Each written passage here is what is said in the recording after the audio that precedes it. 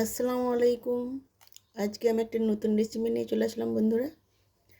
আর আমি বেঁচে যাওয়া আটা দিয়ে কিন্তু বেশিরভাগ আমি রেসিপিগুলো তৈরি করি। আর রাত্রে আমাদের বাড়িতে কিন্তু রুটি খাওয়া হয়। আর আটা কিছু না কিছু বেঁচে যায়, তো ওই আটা দিয়ে কিন্তু আমি রেসিপিগুলো তৈরি করি। এখানে কিন্তু আমার রাত্রে বেঁচে যাওয়া আটা বেঁচে গেছে, মাখানো আটা। আমি একটু গোলা গোলা করে রেখে দিয়েছিলাম ফ্রিজে। আমি বার করলাম, একটু ঠান্ডা খুব হয়েছিল, একটু আমি রেখে দিয়েছিলাম 10 মিনিট আগে। আমি এখানে 4টা গোলা নিয়েছি, আরও আছে। আজকে আমি একটা নতুন রেসিপি তৈরি করব বন্ধুরা, দেখতে থাকো আমি কিভাবে তৈরি করি। আমি 4টা গোলা নিলাম, আটার মধ্যে কিন্তু একটু আটা মাখিয়ে নিব, যেহেতু রাত্রের আটা মাখানো। আমার রেসিপিগুলো কিন্তু খুব সহজভাবে আমি কিন্তু তৈরি করি, ঝামেলা ছাড়াই। দেখো, একটা আমি গোলা নিয়ে নিলাম, যেভাবে রুটি বেলে ওইভাবে কিন্তু আমি বেলে নিব।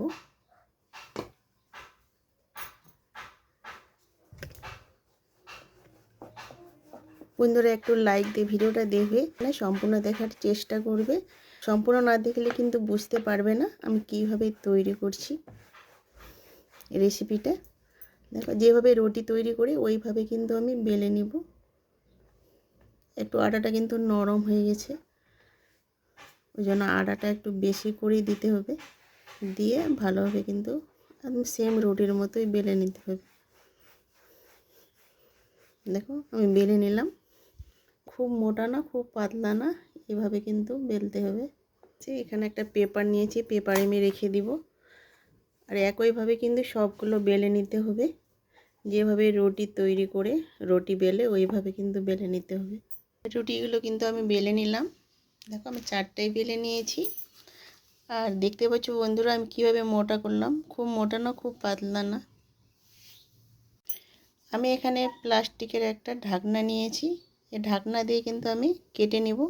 আর যে হিসাবে বড় করবে ওই হিসাবে কিন্তু কাটবে। এটাকে কিন্তু পিঠাও বলা যায়। আর পরাঠা কিন্তু অনেকভাবে পরোটা খেয়েছেন, এভাবে কিন্তু বানিয়ে খাওয়ালে কিন্তু একটা সৌন্দর্য লাগে, দেখতেও ভালো লাগে। দেখো, এভাবে আমি কেটে নিব। বড় করলে বড় করতে পারেন, কোনো সমস্যা নাই। যেভাবে তৈরি করবেন ওইভাবেই ভালো লাগবে। দেখো, এইভাবে কিন্তু একইভাবে আমি সবগুলো কেটে নিব এই ঢাকনার সাহায্যে।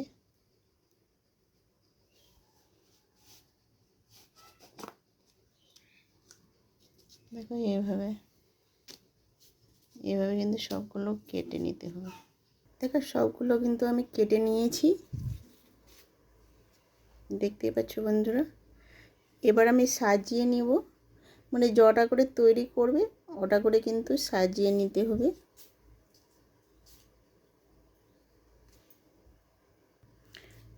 এভাবে কিন্তু আমি সাজিয়ে নেব। দেখো, একটা আমি নিলাম ছোট রুটি, এর উপর কিন্তু আমি দিয়ে দিলাম।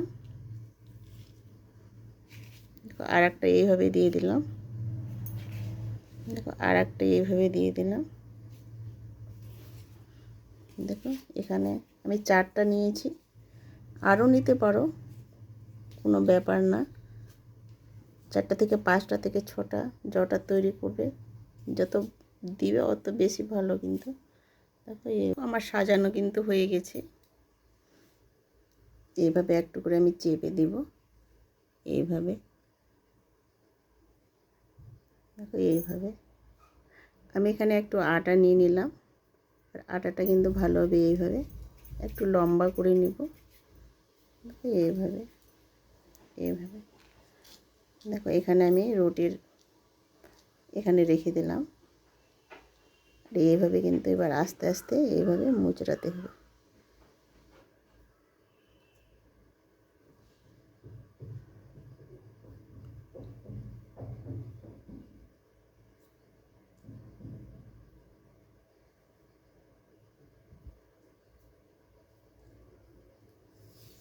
দেখো, এইভাবে কিন্তু আমি মুচড়ে নিলাম। দেখো এখানে মুচড়ে নিলাম। এখানে একটা চাকু নিয়েছি, এখানে সমান বরাবর কিন্তু কেটে নিতে হবে। এক ফুলে দু ফুল, আমি এক ফুলে দু ফুল করব। দেখো এইভাবে কিন্তু কেটে নিলাম।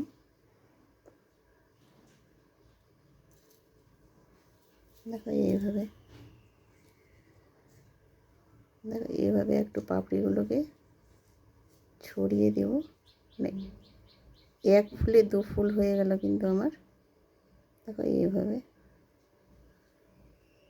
এখানে একটু তুঁতকাঠি দিয়ে কিন্তু আমি করে দেব, জয়েন্টটা যেন না ছুটে। পরে আবার খুলে নেব। দেখো এইভাবে তুঁতকাঠি দিয়ে একটু আমি, একটা আমার কিন্তু তৈরি হয়ে গেল। একইভাবে কিন্তু এটাও আমি তুঁতকাঠি দিয়ে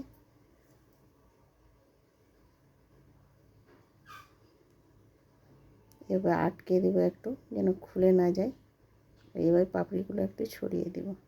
দেখো আমার কিন্তু এক ফুলে দুটো কিন্তু আমার হয়ে গেছে। এক ফুলে দুটো হয়েছে আমার। এক সাইডে রেখে দেব। আর একটা আমি করে দেখাচ্ছি। দেখো একটু আটা নিয়ে নিলাম, আর এইভাবে একটু লম্বা করে দিতে হবে। আর এখানে আমি দিয়ে দিলাম। রুটির এক সাইডে কিন্তু দিতে হবে এইভাবে। আর এইভাবে কিন্তু ভালো করে একটু চেপে চেপে মুচড়ে নিতে হবে। দেখো এইভাবে এবার সমান করে কিন্তু আমি কেটে নিব। দেখো এইভাবে চাপ দিলে কিন্তু সমান, এভাবে চাপ দিলে কেটে যাবে। দেখো এই যে, দেখো এইভাবে একইভাবে কিন্তু আমি সবগুলো তৈরি করে নিব। দেখো সব পিঠাগুলো কিন্তু আমার তৈরি হয়ে গেছে। দেখতে পাচ্ছ বন্ধুরা কত সুন্দর হয়েছে। মানে এক ফুলে দু ফুল,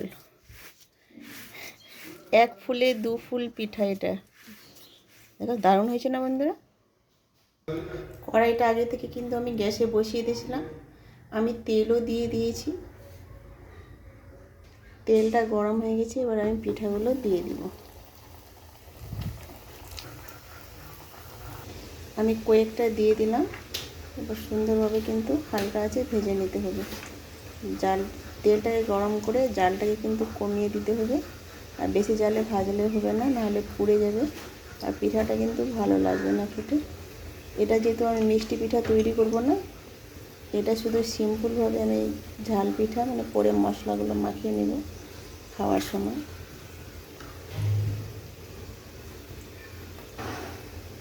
তো এইভাবে একটু তেল লাগিয়ে দিই। দেখুন এটা কিন্তু আমার হয়ে গেছে, ভাজা হয়ে গেছে। এবার আমি তুলে নিব। এবার তেলটা ঝরিয়ে ঝরিয়ে একটা একটা করে আমি তুলে নিব। এবার সব পিঠা কিন্তু আমি ভেজে নিলাম। আর দেখতে খুব সুন্দর লাগছে বন্ধুরা, দারুণ হয়েছে। দেখতে পাচ্ছ ফুলে ফুলে গেছে পিঠাগুলো। আর বাচ্চারা তো খেয়ে নেবে, মানে ডিজাইন দেখে বাচ্চারা খেয়ে নেবে যে ফুল বানিয়েছো। দারুণ হয়েছে না বন্ধুরা। এখানে ভিডিওটা শেষ করলাম। আল্লাহ হাফেজ।